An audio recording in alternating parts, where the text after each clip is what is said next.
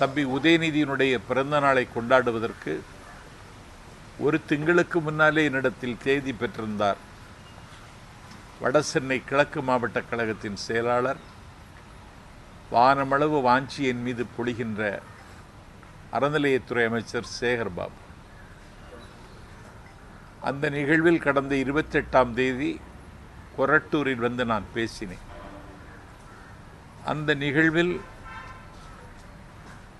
அண்ணன் ஜெகத் ரட்சகன், இயக்குனர் கரு பழனியப்பன், திராவிடர் கழகத்தினுடைய துணை பொதுச் செயலர் மதிவதினி ஆகியோர் கலந்து கொண்டார்கள்.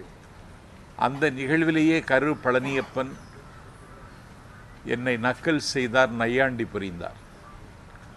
அதற்கு 5 நாளைக்கு முன்னால் திராவிட இயக்க தமிழர் பேரவை தலைவர், நான் பெரிதும் மதிக்கின்ற அண்ணன் பேராசிரியர் சுபவி, திமுக மேடையிலேயே என்னை குறைத்து பேசினார்.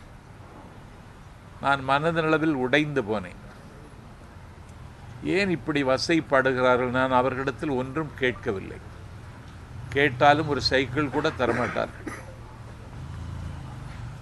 எந்த பரிந்துரைக்கும் நான் அவர்களிடத்திலே போய் நிற்பதும் இல்லை.